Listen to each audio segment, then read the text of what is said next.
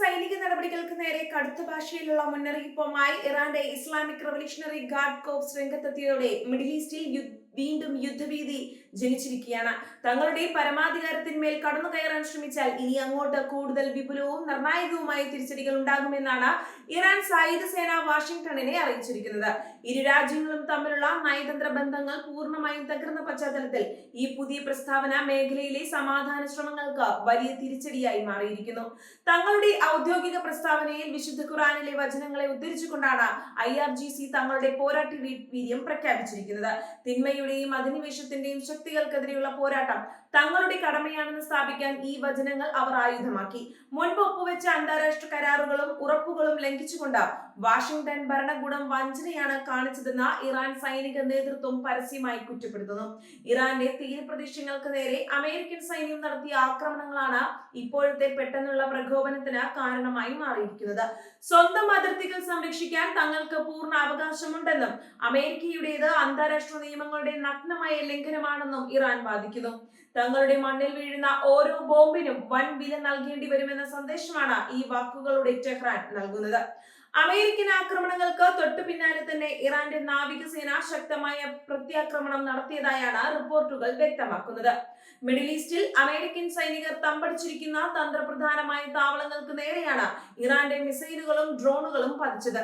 തങ്ങളുടെ പ്രത്യാക്രമണം കൃത്യവും ലക്ഷ്യപ്രാപ്തിയിൽ എത്തിയതുമായാണെന്ന് അവകാശപ്പെടുന്നതിലൂടെ സ്വന്തം സൈനിക ശേഷി ലോകത്തിനു മുന്നിൽ തെളിയിക്കാനാണ് ഇറാൻ ശ്രമിക്കുന്നത്.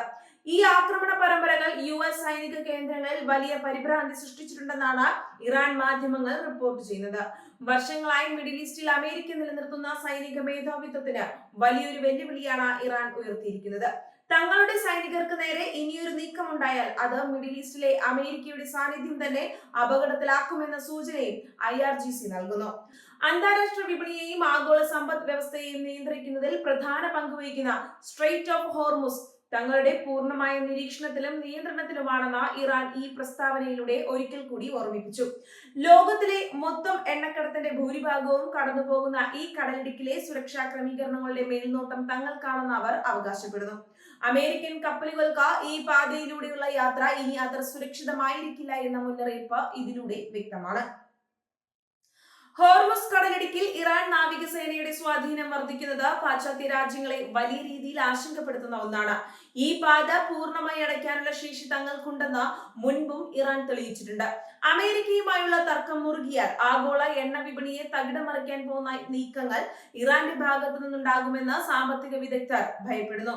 നിലവിലെ സാഹചര്യങ്ങൾ മിഡിൽ ഈസ്റ്റ് മേഖലയെ മറ്റൊരു വൻ യുദ്ധത്തിലേക്ക് നയിക്കുമോ എന്ന ഭീതിയിലാണ് അന്താരാഷ്ട്ര സമൂഹം. വാഷിംഗ്ടണും ടെഹ്റാനും തങ്ങളുടെ നിലപാടുകളിൽ നിന്ന് ഒരടി പോലും പിന്നോട്ട് പോകാൻ തയ്യാറാകാത്തത് നയതന്ത്ര ചർച്ചകളുടെ സാധ്യതകളെ ഇല്ലാതാക്കുന്നു. പ്രകോപനങ്ങൾ തുടർന്നാൽ അതൊരു പ്രാദേശിക യുദ്ധം മാത്രമായി ഒതുങ്ങില്ലെന്ന വിലയിരുത്തലുകളും ശക്തമാണ്. അമേരിക്കയുടെ ഭാഗത്തു നിന്ന് ഉടനടി ഒരു സൈനിക പ്രതികരണം ഉണ്ടായാൽ അതിനെ നേരിടാൻ IRGC തങ്ങളുടെ അത്യാധുനിക മിസൈൽ പ്രതിരോധ സംവിധാനങ്ങൾ സജ്ജമാക്കി കഴിഞ്ഞു. ഇറാന്റെ ഭൂഗർഭ മിസൈൽ താവളങ്ങളും ഡ്രോൺ വിന്യാസങ്ങളും ഏത് നിമിഷവും ആക്രമണത്തിന് തയ്യാറായാണ് ഇരിക്കുന്നത്. ഇറാന്റെ ഈ കടുത്ത നിലപാട് അമേരിക്കൻ സഖ്യകക്ഷികളായ മറ്റ് മിഡിൽ ഈസ്റ്റ് രാജ്യങ്ങളെയും പ്രതിരോധത്തിലാക്കിയിട്ടുണ്ട്. വാഷിംഗ്ടണിലെ രാഷ്ട്രീയ വൃത്തങ്ങളിലും ഇറാന്റെ ഈ പുതിയ പ്രസ്താവന വലിയ ചർച്ചകൾക്ക് വഴിവെച്ചിട്ടുണ്ട്. അമേരിക്കൻ ഭരണകൂടത്തിന്റെ വിദേശ നയങ്ങളുടെ പരാജയമാണ് ഇതെന്നാണ് പ്രതിപക്ഷ കക്ഷികൾ ആരോപിക്കുന്നത്. മിഡിൽ ഈസ്റ്റിലെ അമേരിക്കൻ സൈനികരുടെ ജീവൻ അപകടത്തിലാക്കുന്ന തരത്തിലുള്ള തീരുമാനങ്ങളാണ് ഇപ്പോഴത്തെ നേതൃത്വത്തിന്റെ ഭാഗത്തു നിന്നുണ്ടാകുന്നത് എന്ന വിമർശനവും ശക്തമാണ്. ഇറാൻ സഖ്യകക്ഷികളായ ഹിസ്ബുള്ള, ഹൂതി വിമതർ തുടങ്ങിയ പ്രാദേശിക സായുധ ഗ്രൂപ്പുകളും ഈ അവസരത്തിൽ അമേരിക്കയ്ക്കെതിരെ കടുത്ത നിലപാടുകളുമായി രംഗത്തെത്താൻ സാധ്യതയുണ്ട്. ഇറാൻ നേരിട്ട് യുദ്ധത്തിലേക്ക് കടന്നാൽ ഈ ഗ്രൂപ്പുകൾ മിഡിൽ ഈസ്റ്റിലെമ്പാടുമുള്ള US താവളങ്ങളെ ലക്ഷ്യം വെച്ചേക്കാം. ഇത് യുദ്ധത്തിന്റെ വ്യാപ്തി പ്രവചനങ്ങൾക്ക് അതീതമാകും. വരും ദിവസങ്ങളിൽ യുണൈറ്റഡ് നേഷൻസ് ഉൾപ്പെടെയുള്ള അന്താരാഷ്ട്ര സംഘടനകൾ ഈ വിഷയത്തിൽ ഇടപെടാൻ സാധ്യതയുണ്ട്. എന്നാൽ ഇരുപക്ഷവും പരസ്പരം വിട്ടുവീഴ്ചയ്ക്ക് തയ്യാറാകാത്ത സാഹചര്യത്തിൽ ഇത്തരം സമാധാന ശ്രമങ്ങൾ എത്രത്തോളം വിജയിക്കുമെന്നത് സംശയമാണ്. ഉപരോധങ്ങൾ കൊണ്ട് മാത്രം ഇറാനെ തളർത്താൻ കഴിയില്ലെന്ന യാഥാർത്ഥ്യം അമേരിക്കയ്ക്കും മനസ്സിലായിട്ടുണ്ട്.